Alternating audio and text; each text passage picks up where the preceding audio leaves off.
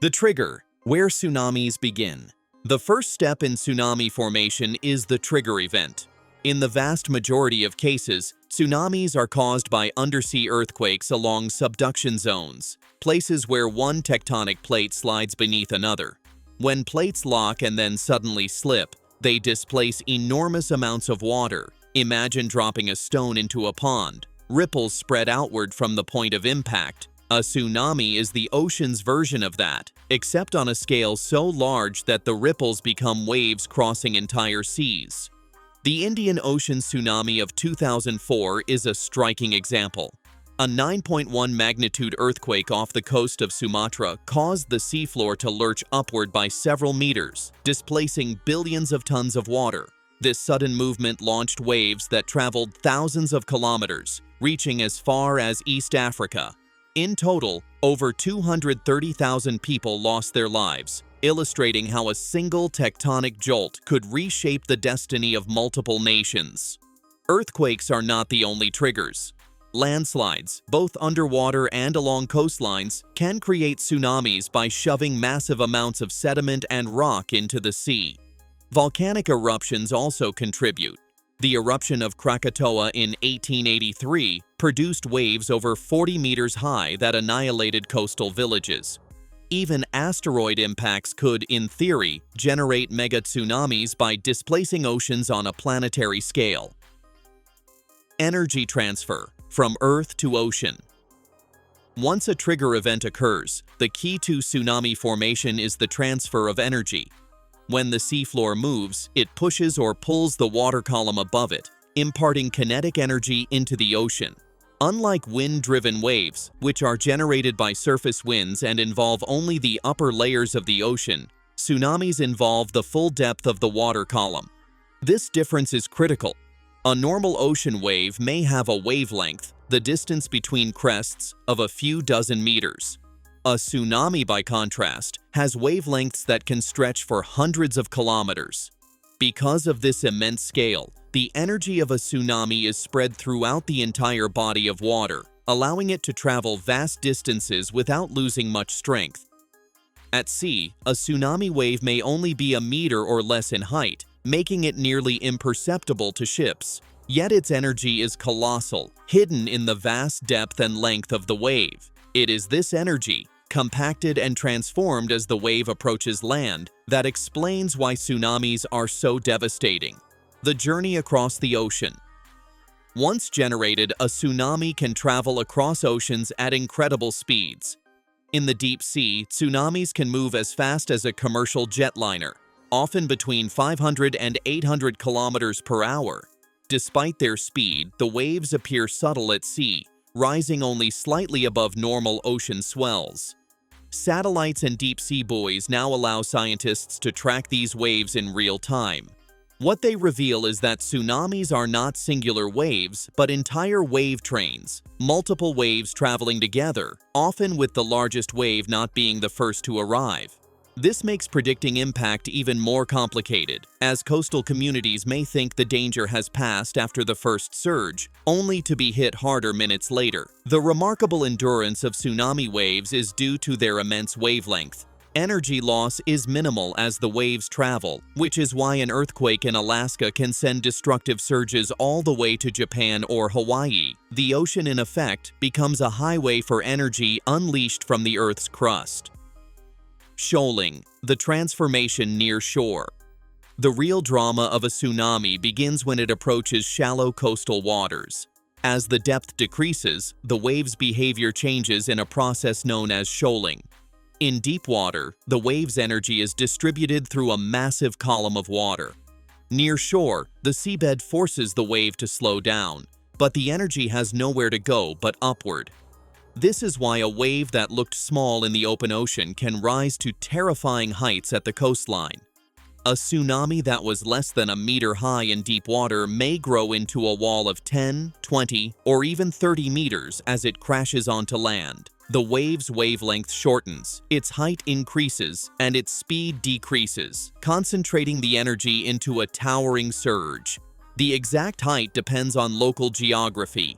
Bays and inlets can funnel and amplify the waves, while steep underwater slopes can produce higher run-up values, the maximum vertical extent the water reaches on land. This explains why some communities suffer catastrophic inundation while others nearby experience only minor flooding. The run-up. Tsunami on land. Once on shore, a tsunami's destructive potential becomes fully realized. Unlike ordinary waves, which rise and fall within seconds, tsunami surges can last for minutes, continuously pushing water and debris inland. The first wave is often not the largest, adding to the confusion and danger. The force of a tsunami is not simply due to water height, but to the massive volume and momentum behind it. A 10-meter wave is not a wall of water crashing like in movies, but more like an unstoppable tide rushing inland with cars, houses, and trees caught in its flow. This is why tsunamis can travel kilometers inland on flat terrain, turning farmland, roads, and towns into temporary seabeds. Debris carried by the wave compounds its lethality. Entire buildings may be lifted off foundations, turned into battering rams that smash into other structures. Survivors often describe the water as filled with jagged fragments, making survival a matter not only of avoiding drowning, but also avoiding being struck. The physics inside a tsunami. To understand what happens inside a tsunami wave, picture it not as a simple wall of water, but as a massive moving fluid system. The lower layers are dragged by friction against the seabed as the wave approaches shore, while the upper layers race ahead, causing the wave to steepen. Within the surge, chaotic eddies, turbulence, and secondary waves form, turning the tsunami into a churning mass of water and debris. The speed, force, and pressure of the water are beyond human comprehension. Engineers calculate that water moving at 20 miles per hour can sweep away vehicles. Tsunamis often move much faster, with exponentially greater mass. This explains why even reinforced concrete structures can crumble under their weight. Historical lessons from tsunamis. Every major tsunami teaches scientists more about their formation and impact. The 2011 Tohoku tsunami in Japan showed how earthquakes and undersea topography interact to amplify wave heights. In some regions, waves exceeded 10 meters, while in others, they reached more than 40 meters due to local geography. The disaster also highlighted the secondary dangers of tsunamis, such as the Fukushima nuclear plant meltdown caused by flooding. The 1755 Lisbon earthquake and tsunami reshaped European philosophy as much as it reshaped Portugal's coastline. Waves devastated Lisbon's harbor and destroyed ships as far away as the Caribbean, fueling Enlightenment debates about the unpredictability of nature and the limits of human control. Each event underscores the same truth. While the physics of tsunami formation is universal, the outcomes depend heavily on where and how they strike. Early warning and mitigation. Modern science has made great strides in predicting tsunamis. Networks of seismic sensors detect undersea earthquakes, while buoys equipped with pressure sensors monitor changes in sea level. Satellites provide additional data to model wave propagation across oceans. Together, these systems give vulnerable communities precious minutes to evacuate. Still, warning is only part of the solution.